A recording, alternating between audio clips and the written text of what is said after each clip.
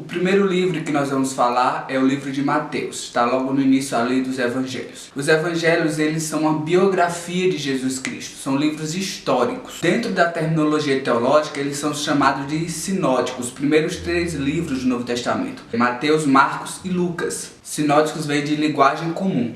Os 3 primeiros livros do Novo Testamento, eles vão falar da vida de Jesus e vão contar basicamente a mesma história. Mas não é bem assim. Cada um vai dar uma nuance diferente à vida de Jesus.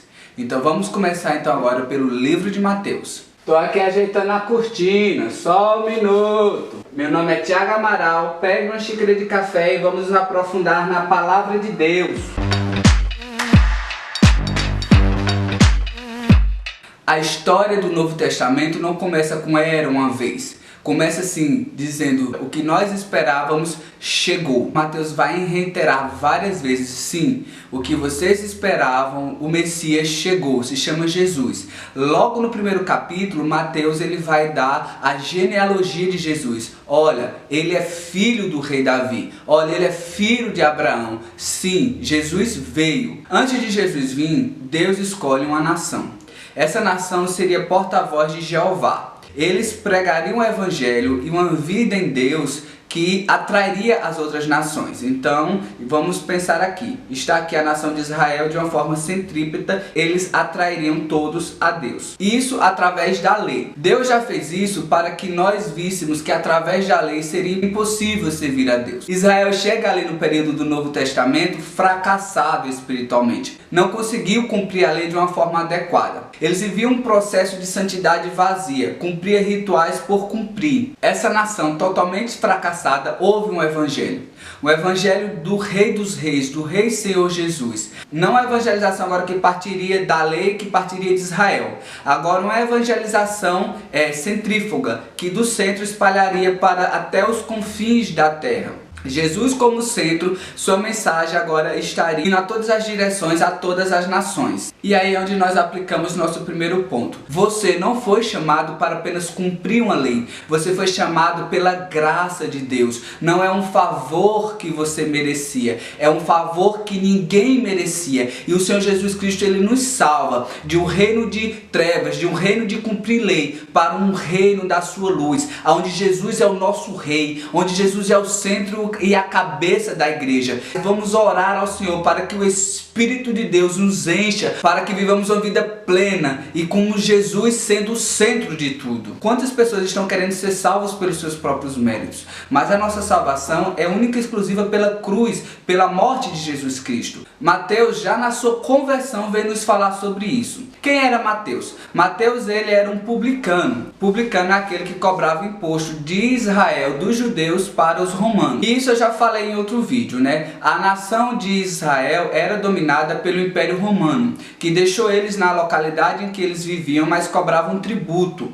E esse tributo, os judeus não queriam pagar, porque eles se consideravam filho do Deus Altíssimo e não queriam viver sob julgo romano. Para entender mais esse contexto, tem um vídeo que eu fiz sobre as seitas judaicas. Se você quiser vê-lo, eu vou deixar aqui na descrição para você poder dar uma olhadinha. Mateus era esse que as pessoas tinham asco porque cobravam esse dinheiro. Todos os publicanos eram mal vistos pelos judeus, eram considerados pecadores. E esse Mateus, quando ouve o chamamento de Jesus, lá no capítulo 10, ele se levanta e segue. Ele não pergunta dentro de si quem era ele não tenta ser uma pessoa melhor. Ele se levanta da coletoria, aonde ele trabalhava, segue a Jesus e ainda leva Jesus para comer junto com outros publicanos, para que a palavra fosse pregada. E isso é até mal visto pelos religiosos. A perspectiva que nós vemos na vida de Zaqueu é a mesma perspectiva que nós vemos na vida de Mateus.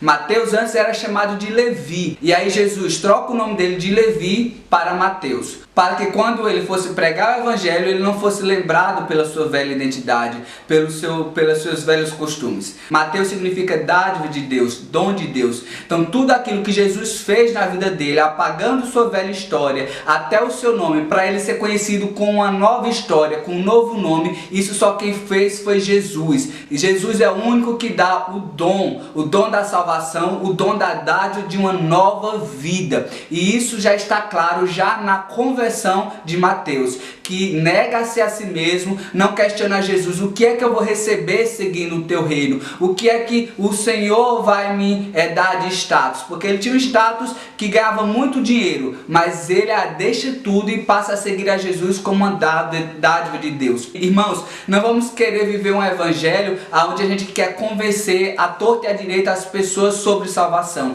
Não, vamos deixar o Espírito de Deus usar as nossas vidas, porque somente Jesus é o que tem o poder de entrar no coração e realmente trazer uma mensagem de salvação para essas pessoas. Outra coisa importante que nós temos que ver é que Jesus vem implantar um reino, né? O foco de Mateus é falar de Jesus, o rei dos judeus, o cumprimento do Velho Testamento. Já lá no início de Mateus já tem a genealogia de Jesus, né? Falando, olha, realmente esse é o Messias, o que viria, é filho de Davi, é filho de Abraão, ele é o cumprimento das Sagradas Escrituras. Mas como é o reino de Jesus e como ele seria implantado? E aí Mateus ele precisa discorrer isso para os judeus, porque os judeus esperavam o reino de Deus aqui na terra, um Messias que libertaria eles da opressão que esse mundo oferecia. Então Mateus explica isso. Quando nós lemos aqui em Mateus 18, nós vemos Jesus dizendo que o reino dele teria que ser recebido como crianças, que as pessoas que aceitassem o reino de Deus, eles teriam que ser o menor, eles teriam que buscar servir e não ser servido. Não era um reino para multidões, não era um reino para a glória dos homens, mas aonde tivesse 2 ou 3 reunidos no nome de Jesus, ele estaria presente e o reino dele estaria acontecendo na terra. Jesus fala que o princípio do reino dos céus, lá em Mateus 16:24, é negar-se a si mesmo, é tomar a cruz de Cristo. Quem deseja seguir esse reino tem que ter essa premissa em seu coração. Então eu quero dizer para você que está vendo esse vídeo, que muitas vezes tem olhado a circunstância em que nós estamos, é pandemia, é crise, e a gente pergunta se aonde é que está esse reino de Cristo, aonde é que está essa mudança que o Senhor tanto fala, que através da sua palavra ocorre. Essa mudança, meu querido, é dentro de você.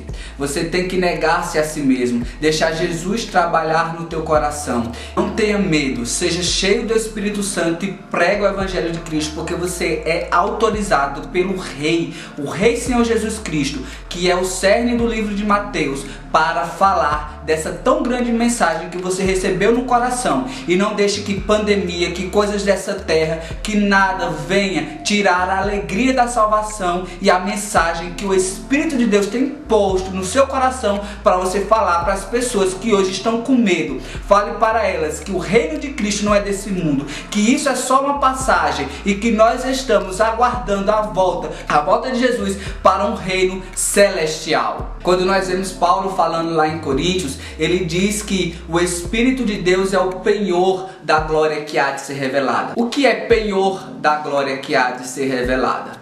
Quando você vai numa loja para empenhorar alguma coisa, você diz, olha, eu preciso de X. Toma esse objeto como garantia de que realmente eu vou trazer o dinheiro de volta.